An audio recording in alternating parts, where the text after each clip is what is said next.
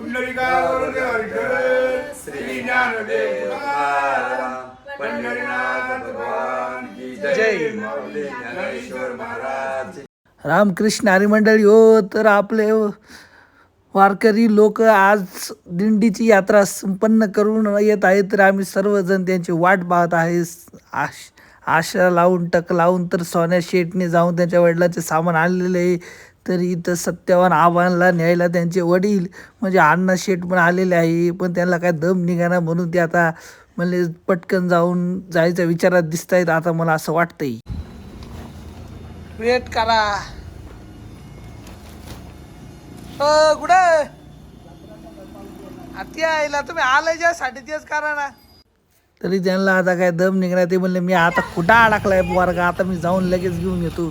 मी तर कामाचं येऊन थांबलोय आणि आता यायला तर ते स्वतः निघले आहे. त्यांना आणायला चाललेले आहेत. आता ती आपली प्रतीक्षा आता संपलेली आहे. आपले वारकरी मंडळी आलेले आहेत. वारकरी मंडळी म्हणजे साक्षात पांडुरंग आणि रुक्मिणीचा अवतार.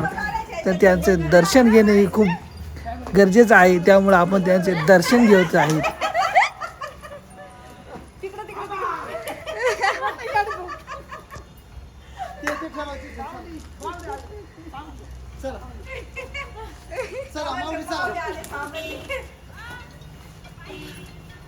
तरी माझं अनुकरण करून आता सर्वजण टप्प्याटप्प्याने एक एक जण सर्व आशीर्वाद घेत आहे.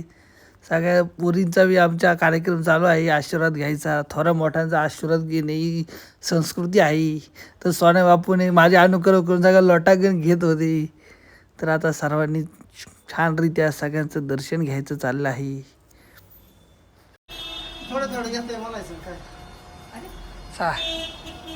पडून घ्या, लोटांगण घ्या,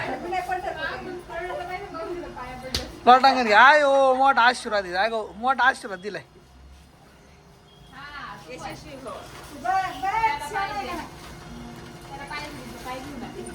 चला तर मग आता जाणून घेऊया महाराष्ट्रातील सर्वात मोठा सोहळ्याबद्दल. माझ्या समवेत आहेत नामदेव आबा दरेकर, कुंदाताई हरगुडे व खुशालराव दरेकर. यांच्याकडून आपण अधिकतर माहिती घेऊया कशा प्रकारे दिंडीचे कामकाज चालते, कशा प्रकारे ती वाटचाल करतात. तुम्ही आपल्या दिंडीमध्ये कुठल्या दिवशीवर कुठल्या ठिकाणावरून जॉईन झालते? 12 तारखेला खामगाववरून जॉईन झालो. खामगाववर. ओके. आणि म्हणजे त्या दिवशी काय पुढं आलती म्हणजे खामगावला आलती का? आम्हाला इकडून सोडलं नाही अष्टापूरमध्ये. हां. कारण तिला पोलीस बंदोबस्त होता. त्यांनी पुढे गाडी जाऊन नाही दिली. त्याच्यामुळे आम्ही खामगावला गेलो आणि खामगाववरून गाडी उतरलो आणि मुक्कामाची पाठवली गाडी आणि पाय चालू केलं. हां. आणि आपल्या सणसवाडीचा दिंडीचा क्रमांक अध्यक्ष कोण आहे बरं आपले? आदिनाथ हरगुडे. हां. आणि आपल्या दिंडीचा महाराजांच्या मागे आहे, तुकाराम महाराजांच्या 125 क्रमांक आहे. ओके. आणि आता आपल्याला जाताना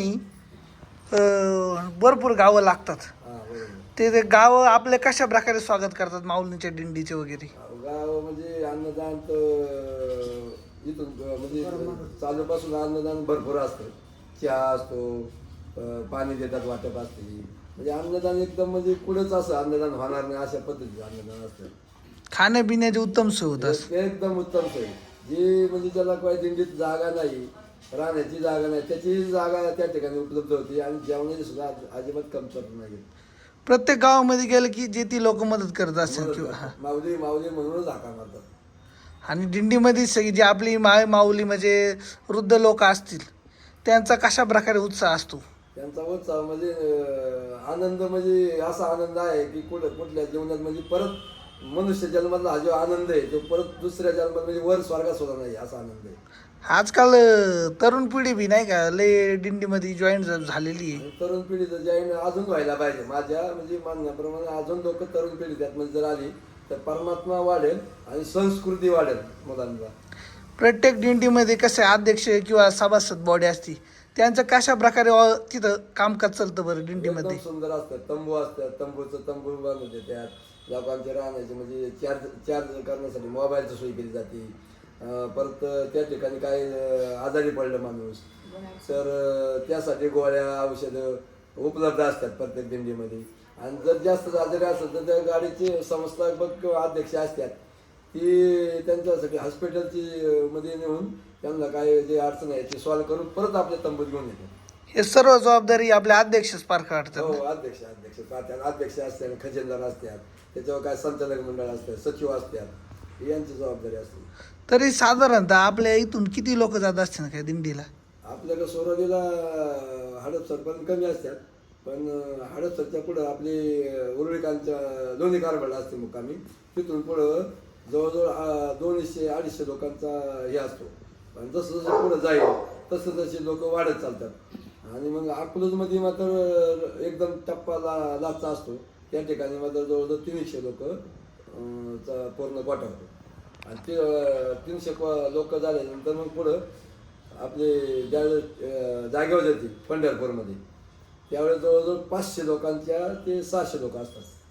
आता काय आहे, काही लोकांचा असा गैरसमज आहे की दिंडीमध्ये खूप म्हणजे व्यवस्थित सोयीसुविधा नसतात नाही का, असं काही लोकांचा समज आहे. तर त्यांना तुम्ही काही सांगू इच्छिता काय? सुविधा आपल्या सणसवाडीच्या दिंडीमध्ये एकदम परफेक्ट सोय आहे. टॉयलेटची सोय आहे. परत दुसरी गोष्ट जे काही जेवणाची एक उत्तम सोय आहे. राहण्याची सोय उत्तम, तंबू वगैरे ठोकले जातात, त्याच्यामध्ये काही अडचण नाही. आता किरकोळ गोष्ट काही गोष्टी एखाद्याला कमी जास्त होतच असते, पण वारीमध्ये कमी जास्त जरी झालं तरी ते मानायचं असतं आणि ते मानून घेतले तरच वारी घडते, नाही तर वारी होत नाही. मग तुम्हाला जर सर्व सुविधा पाहिजे असेल तर मग गरज सोडायचं नाही. हा पण मुद्दा बरोबर आहे तुमचा. आपण चाललो जातो ते देवाच्या दर्शनाच्या ओढीनी किंवा याने ह्या दृष्टिकोनातून जातो, त्यामुळे थोडं थोडं चालायचंच. टॉयलेट बाथरूमची जी वर्षीची आपली सुविधा होती ते कुणीच आपल्याला हे केलं. ते मोनिका हरगुडे आणि नवनाथ हरगुडे यांनी चांगली उत्तम सोय करून दिली. आणि त्याच्याबरोबर एक आपला दादाभाऊ सोनबा यांच्या मुलांनी सुद्धा त्या फ्री हे दिलता, म्हणजे टँकर संतोष दादाभाऊ जरी पाण्याचा टँकर त्यांनी फ्री ऑफ द दिलता, फक्त डिझेल टाकले कमिटीने आणि ते त्यांना फ्री दिलता.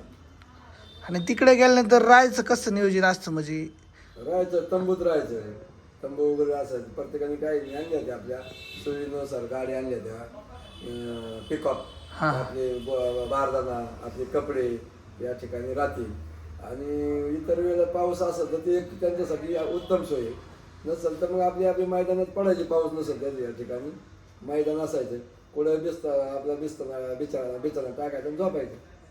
आणि तो आनंद परत नाही, म्हणजे स्वर्गही मिळणार नाही असा आनंद आहे. पिण्याच्या पाण्याचं कशा प्रकारे नियोजन असतं तिकडे? पिण्याचे पाणी आज 2-3 वर्ष झाले बाजार समितीचे संचालक दत्ताभाऊ हरगुडे यांनी केलेली आहे. 2 टाइम पाणी व्यवस्थित देतात. पाणी बॉटल इथूनच टेम्पो भरून तिथं नेतात. म्हणजे आपल्या दिंडीपुरतं? हो, आपल्या दिंडीपुरतं. प्रत्येक ठिकाणी म्हणजे ते वाटलं जातं. ओके. सोराजीपासून उरुळी कांचन पासून तर डायरेक्ट पंढरपूरपर्यंत. तर काय प्रवासामध्ये दुसऱ्या गावाची दिंडी आपल्या गावाला मिळते वगैरे असं काय होतं का? कसं काय? आपली सगळी लोक आपापल्या दिंडीमध्ये असतात? आपल्या तंबूत आपल्या. महिलांचं योगदान कशा प्रकारे असतं किंवा कसं काय त्यांच्या सोय वगैरे त्याच्याबद्दल थोडं सांगा नाही का? महिलांची सोय एकदम उत्तम केलेली आहे आणि सगळ्या महिला एकत्र एक कुपाने राहतात. आणि ते आंघोळीला वगैरे त्यांचं कसं असतं काय? आंघोळीला जिल्हा परिषद सदस्य मोनिकाताई हरगुडे यांनी आम्हाला टॉयलेटची याची व्यवस्था केलेली. आता पुढल्या वर्षी आम्हाला आंघोळीची पण सोय करून देणार आहे.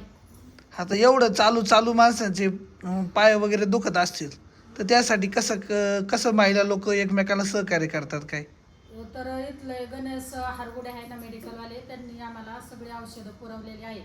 ती जी बॉडीवर लोक आहेत ना ती तिथं वाटप करतात संध्याकाळी. आणि जेवणाचे वगैरे महिलांचं काय? जेवणाची पण काही अडचण नाहीये. तिथं काय अजून काय कशा प्रकारे लोकांनी महिला लोकांनी दिंडीत सहभागी झालं पाहिजे का नाही? हो, नवीन तरुण महिलांनी आता वारी करणे हे खूप गरजेचे आहे, कारण नंतर त्यांचे पायी हे होणार नाही ते. त्याच्यासाठी त्यांनी आत्ताच निदान 2-3 तरी वाऱ्या करायलाच पाहिजे, कारण स्वर्गीय सुख हे इथंच आहे. आणि आपण जे रिंगण ऐकतो ते कशा प्रकार स्वरूपात असतं तिकडे? रिंगणामध्ये तुळस घेऊन जायचं विनाकार्या मागं. भव्य किती रिंगण असतात आपल्या वारीमध्ये? पूर्ण 2 रिंगण. कुठल्या ठिकाणी वगैरे? इंदापूर एक आणि अकलूजला एक. तोच पाहण्याजोगा क्षण असतो ना. हा, मस्त स्वर्ग.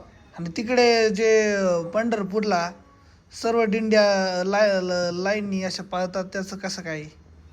लाईन म्हणजे रथामागं ज्या दिंड्या आहेत, कधी थांबत्यात, कधी जर हे झालं तर रथ जोरात चालला तर दिंडीला पण मागं पळावं लागतंय रथामागं.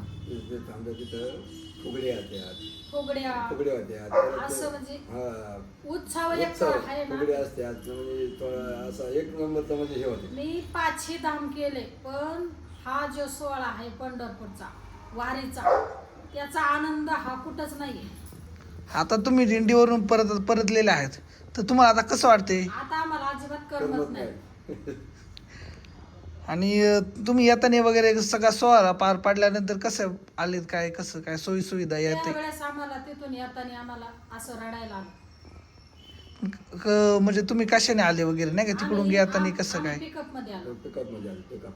म्हणजे ज्याने त्याने आपापल्या ज्याच्या सोयीनुसार ज्याच्या गाड्या तशा आहेत. आणि नाही तर मग आपले दिंडी मंडळाच्या गाड्या आहेत, ज्यांना सुविधा नाही ते आपल्या दिंडीच्या गाडीत आलेले आहेत. ओके.